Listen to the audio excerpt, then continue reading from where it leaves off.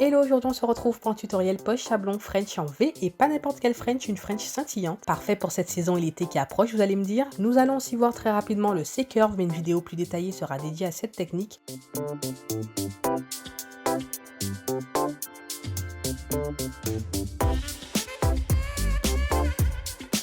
J'ai désinfecté mes mains et mes ongles, j'ai repoussé les cuticules et préparé l'ongle naturel comme d'habitude. Je m'assure de limer partout avec un grain fin, l'ongle doit être mat, ne laissez aucun endroit brillant, surtout près des cuticules, attention à ne pas abuser du limage, pour ma part je limais un peu plus que d'habitude parce que je finalisais ma dépose. J'ai ensuite réalisé la pose avec les chablons de Nails Company dont je vous ai brièvement parlé dans la vidéo ouverture de colis, j'avais hâte de les tester. Donc pour une première, pour mon avis franc, je dirais que ces chablons sont top pour les personnes qui maîtrisent les extensions sur chablon sur le bout des doigts et surtout le découpage. Il y a du découpage à faire, contrairement au chablon lambda où vous avez juste un arrondi qui suit l'arrondi de l'ongle. Ici, la zone est moins arrondie et plus allongée. Il faut donc bien découper afin que le chablon s'emboîte parfaitement à l'ongle, ce qui est normal. Mais là, pour ce que je fais d'habitude, je trouve que j'ai eu à découper beaucoup plus que la normale. Vous allez couper plus ou moins selon ce que vous souhaitez faire, en fonction de la forme, du bombé, de la structure que vous souhaitez donner à l'ongle, bien évidemment. On aura un découpage différent selon ses critères. Je vous conseille une formation sur place avec quelqu'un qui vous accompagne pour apprendre tout ça parce que ça nécessite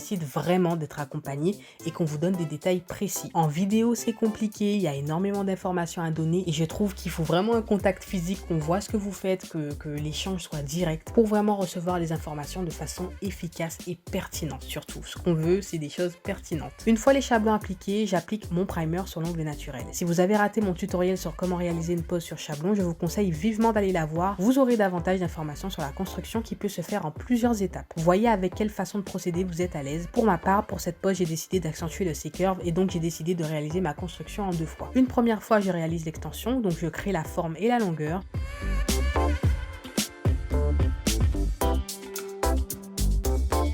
Je catalyse 30 secondes, puis je pinch le gel quelques secondes à l'aide de cet outil qui est très efficace, puis je remets à catalyser 90 secondes sous lampe UV LED. Attention, le temps de catalysation diffère selon le gel utilisé. Pour certains gels ou certaines marques, vous pouvez pincher plus tôt ou alors catalyser encore plus longtemps.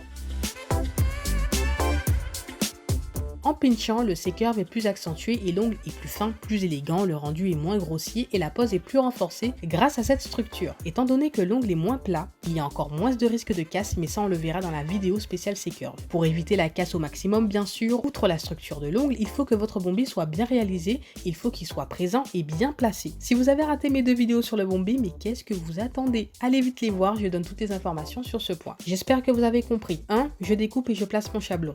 2. J'applique mon primer ou mon gel de base et je catalyse. 3. Je réalise ma construction à l'aide de mon gel de construction ou mon gel monophase. 4. Si je pinch, je réalise ma construction en deux fois. Je pinch la première fois lorsqu'il n'y a que l'extension. 5. Je réalise donc mon bombé une fois ma base pinchée et je mets à catalyser. Ok, on est au clair. Ensuite vient le moment de dégraisser le tout et de limer. C'est l'étape où je perfectionne le tout. Indispensable. Il y a toujours un défaut à rectifier. Ici, on veut être perfectionniste, on veut voir les choses en détail et en plus d'avoir un super rendu niveau esthétique, cette étape a une réelle utilité. On le verra lors de la vidéo sur la mise en forme que je vous prépare. Comme toujours lors de cette étape, je mets de ma lime à ongles et de la ponceuse en même temps. Les deux sont vraiment complémentaires pour ma part et c'est ainsi que j'arrive à avoir un résultat net. Dans cette vidéo, j'en ai profité pour tester un embout de ponceuse du kit du site Aussibel. Je pense vous consacrer une vidéo test hyper complète sur ces embouts, mais je suis très surprise pour le moment. Donc premièrement, j'ai limé les défauts de façon grossière, histoire de m'avancer et de faciliter la tâche pour le limage manuel. C'est vraiment pour aller plus vite, j'aurais très bien pu tout faire à la lime. À la lime à ongles, je viens peaufiner le bombé et le rendre lisse sans pour autant le casser.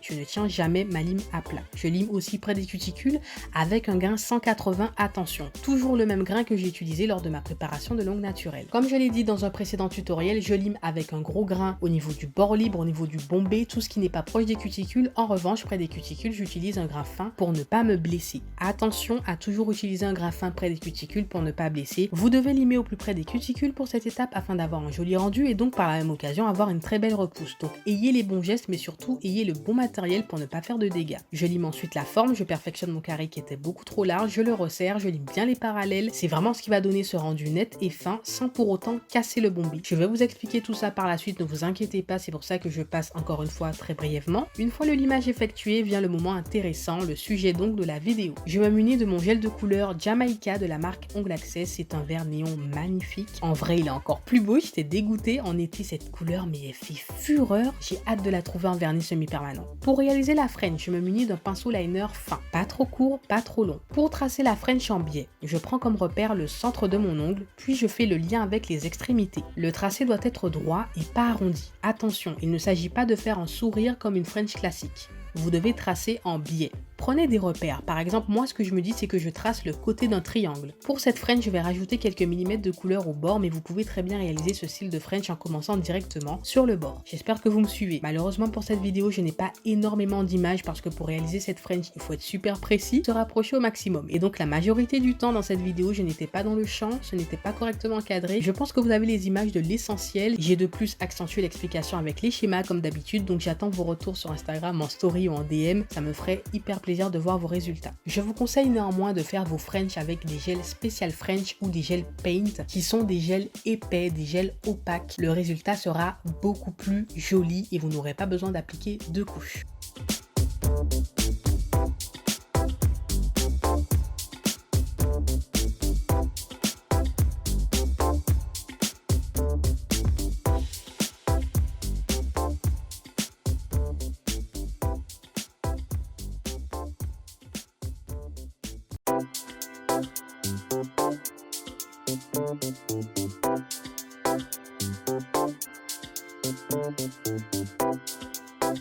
Pour couronner le tout, j'ai appliqué une finition pailletée que j'aime trop. Alors, je vais être honnête, personnellement, je trouve cette pose plus jolie avec une finition brillante normale par rapport à la couleur néon. Je trouve que c'est plutôt une finition qui va aux couleurs claires, aux couleurs, en tout cas les couleurs qui ne sont pas néon. Mais je voulais vous montrer le rendu du top coat que j'aime énormément. C'est canon. Imaginez sur une French classique blanche, j'ai hâte d'avoir une mariée juste pour lui proposer un design avec cette finition. C'est chic, c'est raffiné. Les paillettes sont fines, donc elles sont subtiles, en même temps on les voit, donc franchement j'aime beaucoup le rendu. J'ai hâte de tester plusieurs choses avec. Et donc voici pour ce tutoriel, j'espère que la vidéo vous a plu. Comme d'habitude, les liens des produits utilisés sont en barre d'informations. J'attends vos retours en commentaire, je vous fais de gros bisous. Bye bye.